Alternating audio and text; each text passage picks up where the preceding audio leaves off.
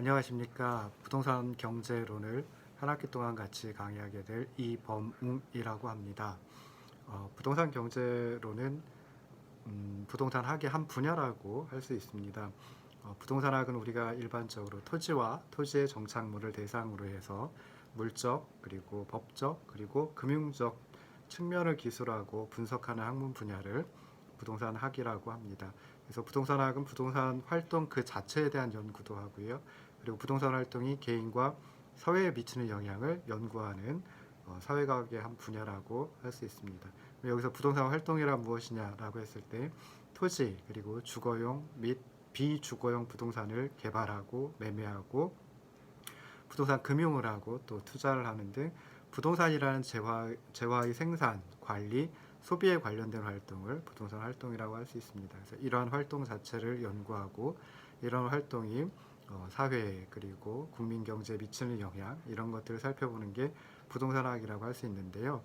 부동산학은 인접 분야에서 개발된 원리를 부동산 분석에 많이 활용을 하고 있습니다. 그래서 경제학이라든지 법학 그리고 도시공학 이런 쪽에서 수단을 그러니까 분석 도구를 빌려다 쓴다라고 생각을 해볼 수 있습니다.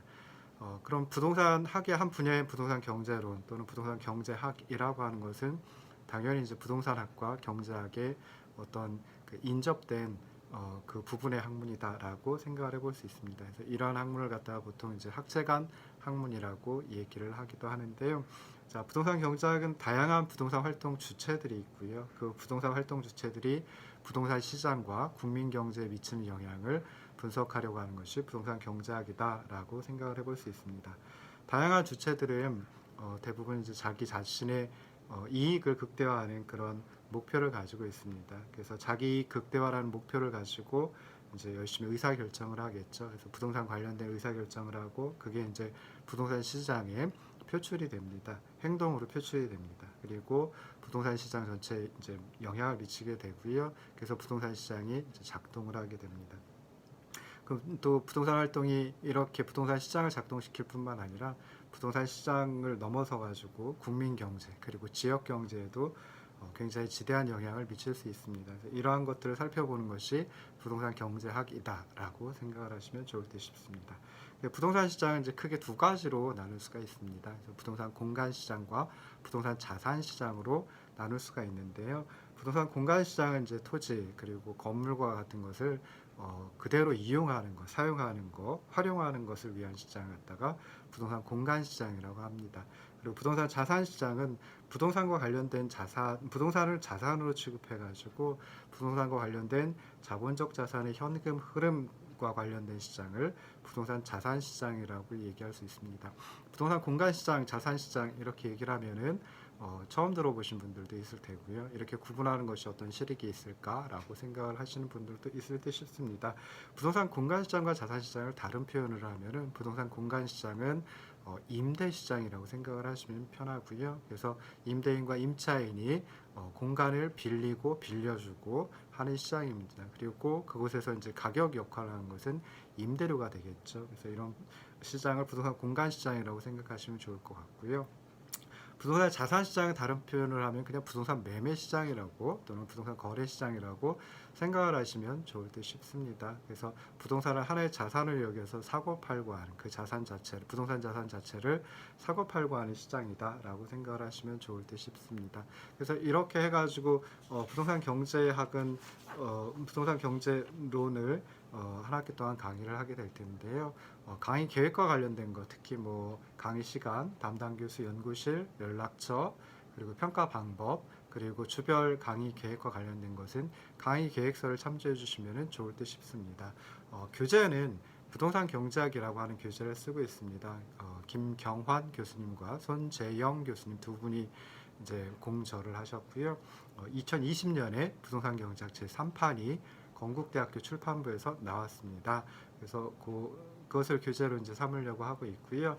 그래서 제가 가지고 있는 부동산 경제학 교재에 따르면은 구성이 12장으로 구성이 되어 있습니다. 그래서 이 12장, 12챕터를 갖다가 좀 구분을 해볼 수 있는데요.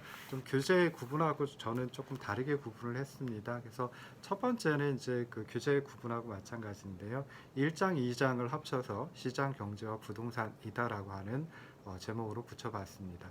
그리고 3장, 4장, 5장, 교재의 3장, 4장, 5장을 합쳐서 부동산 임대료 결정 모형이라고 저는 크게 두 번째 부분이라고 생각을 하고요. 세 번째 부분은 이제 부동산 자산 가격 결정 모형입니다. 그래서 6, 7, 8장이 부동산 자산 가격 결정 모형에 포함이 되고요. 그 다음에 9장 한 장을 갖다가 저는 이제 임대료와 자산 가격의 동시에 결정이 되기 때문에 임대료 자산 가격 결정 모형의 종합이다라고 이제 구분을 했습니다. 그리고 나머지는 이제 부동산 경제론의 기타 분야인데요. 여러 가지 있는데 부동산 조세, 그리고 부동산 금융, 그리고 부동산 거시 경제 이것들을 합쳐서 이제 부동산 경제론의 기타 분야라고 이제 저는 이제 해놨습니다. 그래서 제 강의안을 보시면은 첫 부분에 요 5개의 편으로다가 5개의 부분으로다 이제 부분으로 나눠놨고요. 그 안에 이제 그 교재에 나와 있는 장들을 갖다가 챕터를 갖다가 집어넣어 봤습니다. 그래서 이렇게 5가지 부분으로 구성이 돼 있다라고 생각을 하시면 좋을 것 같고요. 이 5가지 부분을 갖다가 부동산 경제론 한 학기에 다 마치는 것은 조금 어려울 때 싶습니다. 그래서 저는 첫 번째 부분 시장 경제와 부동산, 그리고 두 번째 부분 부동산 임대료 결정 모형을 하고요. 세 번째 부분인 자산가격 결정 모형은 여러분들이 재무관리 또는 투자론 시간에 많이 배웁니다. 그래서 그 부분을 갖다가 이제 그냥 넘어가고요. 네 번째 부분에 있는 임대료 자산가격 결정 모형의 종합, 이 부분에서 이제 부동산 자산가격이 어떻게 결정되는지 간단하게 소개를 하고 지나가도록 하겠습니다. 네 번째 부분인 임대료 자산가격 결정 모형의 종합에서는 두 학자, 디파스켈리와 휘튼이라고 하는 두 학자가 4분면, 1사분면부터 4사분면까지 그 그래프에 보면 이제 나오죠. 그래서 그 4분면 모형을 가지고 임대료와 자산 가격이 동시에 어떻게 결정이 되는지, 즉 다시 말해서 부동산 공간 시장의 가격 역할을 하는 임대료와 부동산 자산 시장의 가격 역할을 하는 자산 가격이 동시에 어떻게 결정이 되는지를 살펴봅니다. 그래서 요 네 번째 임대료 자산 가격 결정 모형의 종합은 그 앞서서 부동산 공간 시장에서 임대료 가격 결정이 어떻게 이루어지는지, 그리고 자산 시장에서 자산 가격이 어떻게 결정이 되는지 그걸 다 한꺼번에 보는 거기 때문에 요 네 번째 부분이 임대료 자산 가격 결정 모형의 종합에서는 사실은 부동산 공간 시장과 자산 시장을 한꺼번에 아울러 가지고 생각해 본다라고 생각을 하시면 좋을 듯 싶습니다. 그리고 나머지 부분 5번째 부분이 이제 기타 분야인데요. 이 부분은 우리 학과의 다른 과목에서 들으실 수가 있습니다. 그래서 부동산 조세론이 있고요. 조세법이 있고요. 그리고 부동산 금융 투자론에서 들으시면은 좋을 듯 싶습니다. 자, 강의한 첫 번째 페이지로 나가 보시면 이제 시장 경제와 부동산이라고 하는 큰 로마자 제목이 붙은 부분이 나옵니다. 그래서 거기에서는 이제 두 가지를 살펴볼 텐데요. 첫 번째는 부동산 시장, 부동산 정책의 의미에 대해서 이제 살펴보고요. 두 번째 장에서는 경제 원리와 부동산 시장 분석에 대해서 살펴볼 것입니다. 그래서 첫 번째 장인 부동산 시장, 부동산 정책, 요게 이제 첫 번째 강의에서 이제 여러분들에게 소개해 드릴 부분입니다. 제일 먼저 우리가 분석을 하려고 하는 것은 부동산 경제인데요. 그런데 부동산 경제 앞부분에 있는 부동산이라고 하는 게 무엇인지 그것을 살펴봐야 되겠죠. 그래서 제일 처음에 부동산을 살펴보고요. 그리고 부동산 시장에 대해서 생각을 해보고 마지막으로 이제 부동산 정책에 대해서 살펴보고자 합니다. 부동산이란 무엇일까? 1학년 때도 들어보셨을 거예요. 부동산은 토지와 그 정착물을 부동산이라고 부릅니다. 여기서 정착물을 또 부착물 또는 부속물, 그리고 흔히는 계량물이라고 이제 표현을 하기도 합니다. 그래서 토지와 그 정착물이라고 하는 표현은요, 토지를 포함해 가지고 토지와 연결되어 있거나 그리고 접촉하고 있는 모든 것을 부동산이라고 여기면 된다라는 의미입니다.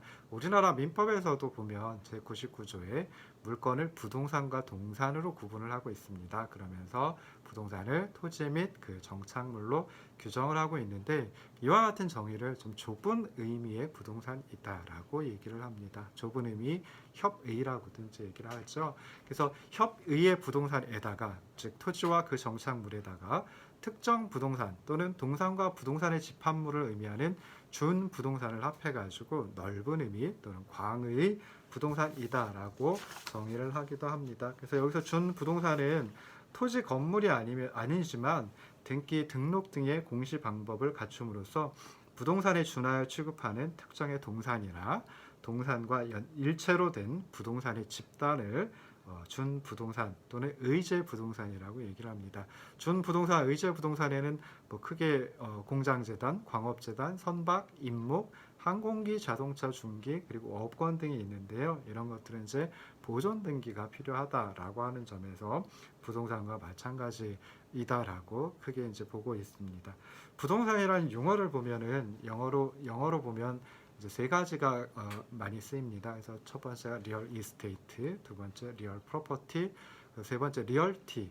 이 세 가지라는 영어 표현을 우리 말로는 이제 부동산이라는 한 가지 표현으로 하고 있습니다. 근데 부동산이라는 말 그 자체에서 또는 영어 용어에서도 나타나는 것은 이제 부동산이 여러 가지 특성이 있는데 그 중에 부동성에 초점을 맞춘 것이다라고 생각을 할 수 있는데요. 제일 먼저 영어 표현 중에 이제 리얼티라고 하는 게 있는데, 리얼티는 물리적인 실체로서의 부동산을 의미합니다. 그래서 자연물로서의 토지와 그 정착물을 리얼티라고 얘기를 하고요. 리얼 프로퍼티는 이제 부동산의 소유권적인 측면에 초점을 맞춘 용어입니다. 그래서 부동산의 소유권 그리고 그 소유권으로부터 연유되는 모든 법적 권리를 리얼 프로퍼티라고 얘기를 하고, 그다음에 이 리얼 프로퍼티를 부동산이라고 이제 표현을 하기도 하고, 그냥 뭐 실물 재산이라고 이제 표현을 하기도 합니다. 마지막으로 리얼 이스테이트는 리얼티하고 리얼 프로퍼티보다 좀 더 포괄적인 의미이다라고 생각을 해볼 수 있고요.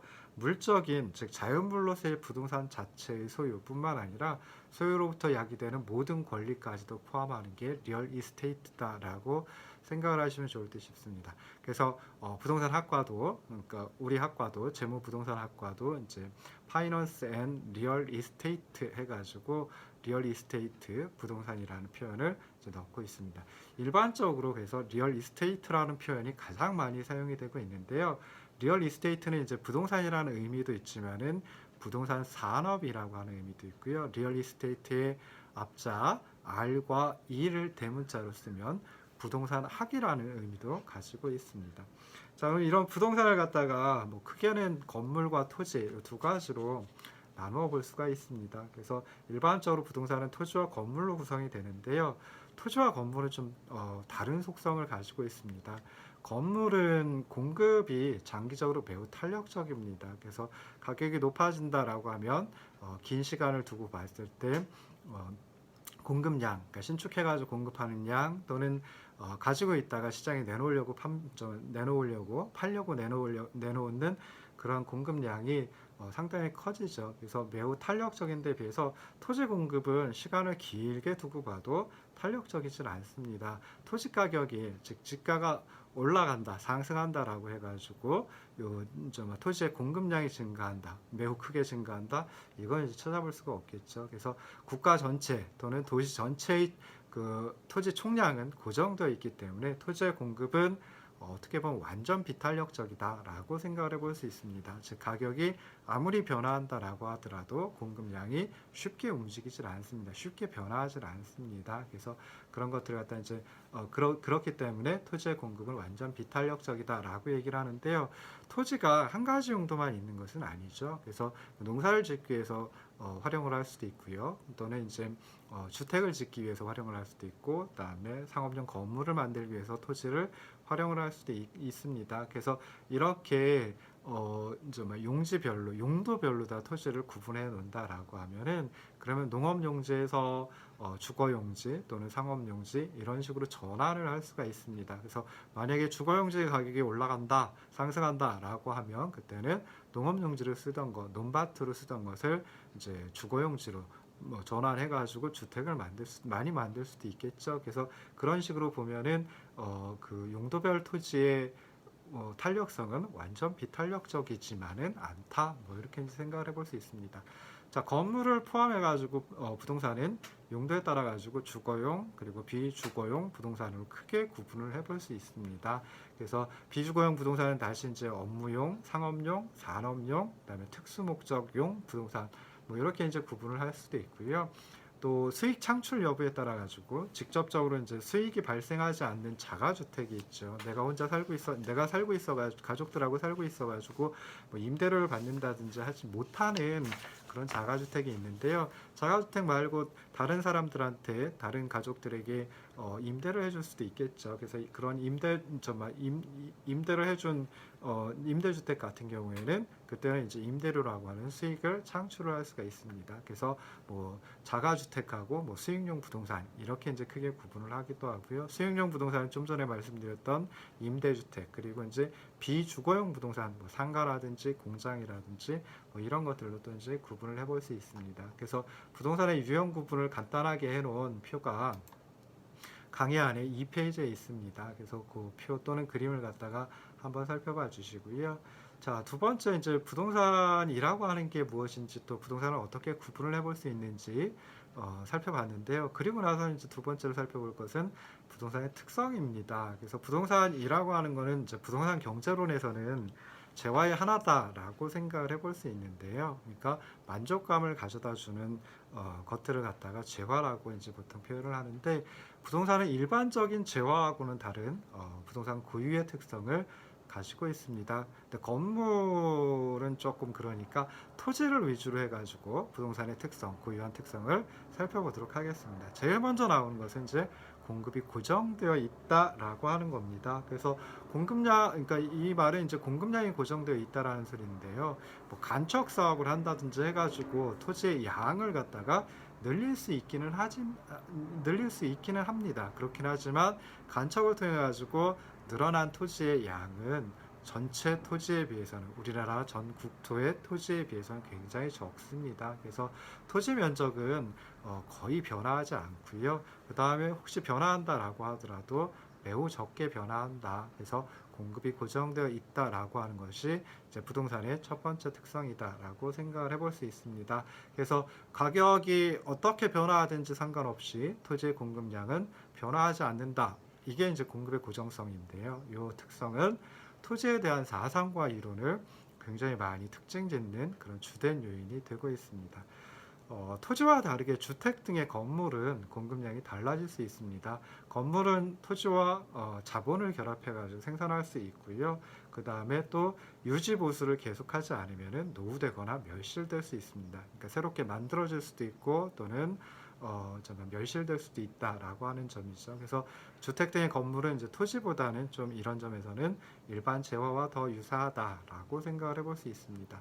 또 건물은 일반 재화에 비해서 만드는데 긴 시간이 소요가 됩니다. 그래서 뭐 새우깡 같은 것은 간단하게 만들어 볼 수 있지만은 실제로 이제 어떤 뭐 조그만 건물이라고 하더라도 이 건물을 만드는 데는 굉장히 이제 좀 긴 시간이 소요될 수밖에 없습니다. 그래서 단기, 짧은 기간, 그리고 장기, 긴 기간에 따라 가지고 공급에 대한 반응이 조금 달라질 수 있습니다. 단기적으로는 이제 토지와 같이 건물도 공급량이 거의 고정되어 있겠죠. 근데 장기에는 뭐 신축을 할 수도 있고요. 그다음에 기존의 건물이 멸실이 될 수도 있습니다. 그래서 공급량이 좀 크게 변화될 수도 있다. 그래서 주택 등의 건물을 고려할 때는 고려되는 시간, 단기냐, 장기냐, 이것을 명확히 하고 분석을 해보는 것이 바람직하다라고 생각해 볼 수 있습니다.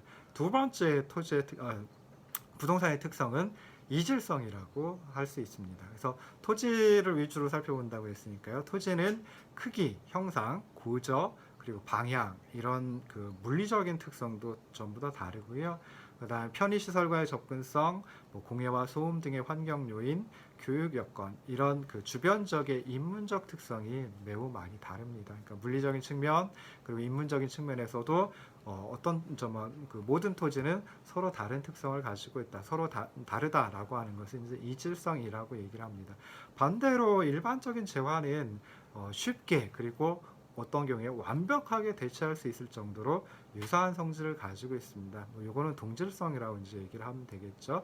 그래서 토지는 이제 이질성을 가지고 있는데 그 중에서도 가장 중요하게 다른 것, 서로 다른 것, 모든 토지가 다른 것, 그것은 이제 위치라고 생각을 해볼 수 있습니다. 어떤 두 토지도 지표상의 동일한 좌표를 가지고 있지 못합니다. 그래서 이것이 토지의 이질성을 결정하는 근본적인 원인이다라고 주장을 하시는 분들도 많이 있습니다. 그래서 위치가 고정되어 있기 때문에 독과점이라든지 외부 효과, 공공재 등의 문제가 발생을 할 수 있고요. 이것들은 전부 다 시장이 제대로 작동을 못하는, 시장이 자기 역할을 하지 못하는 시장 실패의 요인들입니다. 그래서 독과점과 위치의 고정성 때문에 토지라고 하는 희소한 자원이 경제적으로 효율적으로 배분이 되지 못하기 때문에 시장 실패라고 이제 표현을 하고요. 이런 시장 실패 때문에 정부의 적절한 개입이 정당화될 수 있다라고 생각을 해볼 수 있습니다. 토지에 비해서 주택 등의 건물은 이질성의 요인이 더 많을 수밖에 없습니다. 위치도 다르고요. 그 다음에 구조도 다릅니다. 그리고 어떤 자재를 썼느냐, 어떤 형태이냐 이런 다양한 요소가 건물의 이질성을 토지보다 더 크게 한다라고 생각을 해볼 수 있습니다.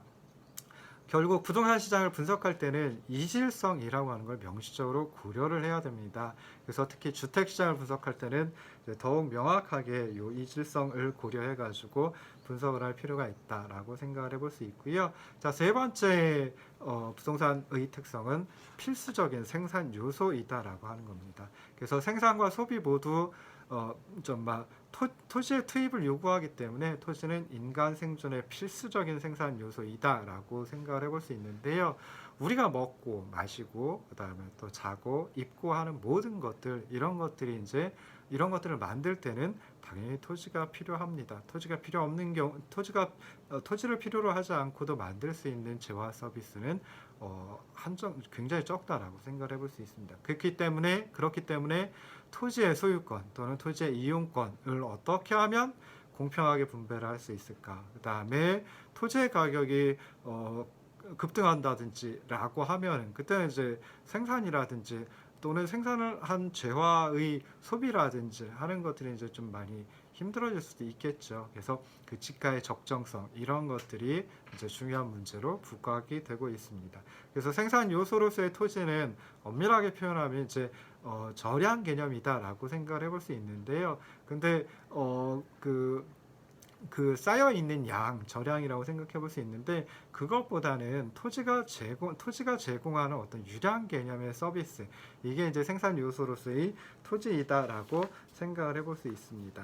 자, 그리고 이제 또 생각을 해볼 수 있는 게 토지 사용자가 토지 자체를 쓴다라고 해서 생산 요소로 투입한다라고 해서 없어지지 않는다라고 하는 점에서 그러니까 계속 사용할 수 있다라는 점에서 토지는 소비재나 생산재보다는 자본재와 유사하다라고 생각해 볼 수 있습니다. 그래서 자본재는 그냥 쉽게 생각해서 공장이라든지 기계라든지 이런 것들을 생각하시면 되는데요. 토지도 공장과 기계 역할과 비슷한 의미를 가지고 있다라고 생각해 볼 수 있고요. 공장이나 기계가 어떤 자본재로서의 서비스의 흐름을 제공하는 것처럼 토지도 그 서비스의 흐름을 제공하고 있고 기업은 그 서비스를 생산 과정에 투입한다. 뭐 이렇게도 이제 해석을 해볼 수 있습니다. 그래서 토지 사용자는 토지를 사용하는 사람은 토지 서비스 흐름의 대가로 토지 소유자에게 임대료를 지불한다. 이것이 이제 그 가격 역할을 한다라고 생각을 해볼 수 있고요. 주택도 마찬가지로 이제 주거 서비스를 제공하는 자본재 또는 내구 소비재로 생각을 해볼 수 있습니다. 그래서 주거 서비스 제공에 대한 대가로 이제 임대료를 지불한다. 라고 생각을 해볼 수 있죠. 그래서 주택 같은 경우 특히 이제 주거 서비스라고 표현을 해보면은 그 주거 서비스는 소득이 많든 적든 모든 사람이 인간의 존엄성을 지키기 위해 그리고 건강한 주거 생활을 할 수 있도록 하기 위해서 필수적인 재화이다라고 생각을 해볼 수 있습니다. 그래서 대부분의 국가에서는 주택 정책의 가장 큰 목표를 요 주거 서비스 제공, 최소한의 주거 서비스 제공에 맞추고 있습니다. 그래서 이런 점에서 보면 주거 서비스는 또 공공재의 성격을 가지고 있다라고도 볼 수 있습니다. 네 번째 특징은 이제 자산이라고 하는 특징입니다. 그래서 토지와 주택을 포함한 모든 부동산은 자산, 어셋이라고 이제 생각을 해볼 수 있는데요. 부동산 자산은 개인의 입장에서 보면 개인이 가진 부의 가장 그 비중이 큰 구성 요소이다. 라고 생각을 해볼 수 있습니다. 가장 큰 자산이다 라고 생각해 볼 수 있고요. 그 다음에 소득의 원천이 되기도 하고요. 그 다음에 국가 전체적으로 봐도 국부에서 국가 자산 총액에서 상당한 비중을 차지하고 있다라고 생각을 해볼 수 있습니다. 그리고 이제 또 부동산 자산은 다른 자산들과 마찬가지로 국민 경제의 움직임, 그러니까 국민 경제 전체가 호황이냐, 불황이냐, 호경기로 가고 있느냐, 불경기로 가고 있느냐 이런 움직임에 따라 가지고 그 가격이 오르내리기도 하죠. 그래서 호황일 때는 부동산의 가격도 올라가는 그런 성격이 있습니다. 근데 거꾸로 부동산 가격이 올라가지고 뭐 국민 경제가 뭐 정말 위기를 맞는다든지 뭐 이런 경우도 나타날 수 있거든요. 그래서 부동산 시장은 또 국민 경제에 커다란 영향을 미친다라고 생각을 해볼 수 있습니다. 다섯 번째로 이제 부동산의 특성 가운데 다섯 번째 특성은 이제 금융이 상당히 중요하다라고 하는 겁니다. 그래서 부동산은 대부분 가격이 높습니다. 그래서 우리가 흔히 주변에서 보는 아파트 가격 같은 걸 봐도 뭐 1억이라든지 2억이라든지 굉장히 높죠. 우리 소득을 뭐 예를 들어 가지고 저기 막 한 몇 년치에 해당하는 것이 이제 부동산의 가격이기 때문에 고가입니다. 그리고 또 오랫동안 쓸 수 있는 내구재입니다. 그래서 수요, 공급, 양 측면에서 금융의 중요성이 부각될 수밖에 없는 게 부동산이다라고 생각해 볼 수 있습니다. 수요 측면에서 보면요, 주택을 가게가 또는 개인이 주택을 구입하는데요. 개인이 또는 가게가 구입하는 재화 중에 가장 높은 가격을 가지고 있는 게 주택이고요. 또 가장 오랫동안 쓸 수 있습니다. 그래서 그 오랜 기간 동안 주택에서 창출되는 주거 서비스 흐름을 소비를 하고요. 소비를 하는데 그때 대부분 주택을 구입한 사람들은 주택 가격의 일부는 자기 돈으로 지급을 하지만, 즉 자기 부담금으로 지불하지만 나머지 대부분을 차입을 통해서 이제 충당을 하고 있습니다. 그래서 주택을 담보로 해가지고 대출을 받는데 그 주택 대출의 차입 가능성 그리고 차입 조건 이런 것들이 이제 자가주택의 수요에 굉장히 큰 영향을 미친다라고 생각을 해볼 수 있고요. 그 다음에 공급 측면에서 보면은 마찬가지로 부동산 개발 사업 한다라고 하면은 자금이 굉장히 크게 필요합니다. 그래서 그 굉장히 큰 자금을 갖다가 이제 거액의 프로젝트 파이낸싱 뭐 이런 것들을 통해 가지고 이제 조달을 할 수밖에 없는 거죠. 그래서 금융 즉 자금 조달, 자금의 융통이라고 하는 게 굉장히 중요한 역할을 하고 있다라고 생각해 볼 수 있습니다. 잠깐 쉬고 다시 돌아오겠습니다.